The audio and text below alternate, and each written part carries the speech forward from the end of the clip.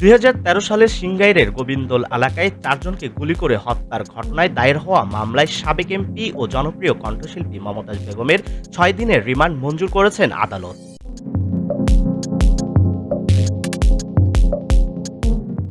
বৃহস্পতিবার ২২ মে মানিকগঞ্জে chief judicial magistrate আদালতে হাজির করা হয়। শুনানি শেষে আদালত তার ৬ দিনের রিমান্ড মঞ্জুর করেছেন। বৃহস্পতিবার সকাল 10:30টার দিকে কাশিমপুর কেন্দ্রীয় কারাগার থেকে তাকে আদালতে আনা হয়।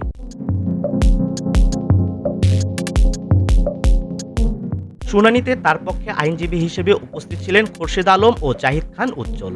এর আগে ঢাকা চিফ মেট্রোপলিটন ম্যাজিস্ট্রেট আদালত ৪ দিনের রিমান্ড শেষে তাকে কারাগারে পাঠিয়েছিলেন।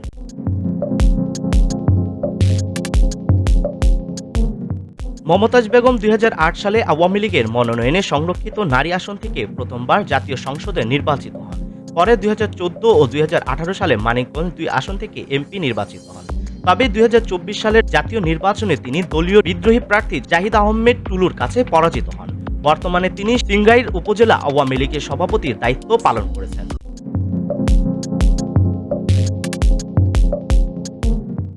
তার বিরুদ্ধে পরিবহন চাঁদাবাজি, টেন্ডার নিয়ন্ত্রণ, চাকরি বাণিজ্য সহ বিভিন্ন অভিযোগে একাধিক মামলা রয়েছে মানিকগঞ্জ ও ঢাকার বিভিন্ন থানায়।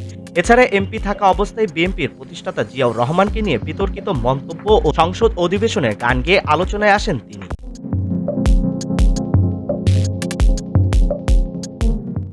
এদিকে আদালত চত্বর ঘিরে উত্তেজনা ছড়িয়ে পড়ে। শতাধিক বিক্ষুব্ধ জনতা মমতাজের ফাঁসির দাবিতে বিক্ষোভ শুরু করে। তারা ডিম ও জুতা ছুড়ে প্রতিবাদ জানায়। পুলিশ পরিস্থিতি নিয়ন্ত্রণে আনতে অতিরিক্ত নিরাপত্তা ব্যবস্থা গ্রহণ করে।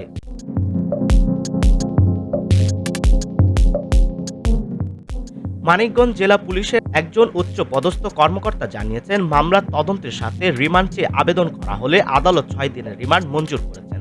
আইন অনুযায়ী পরবর্তী ব্যবস্থা গ্রহণ করা হবে।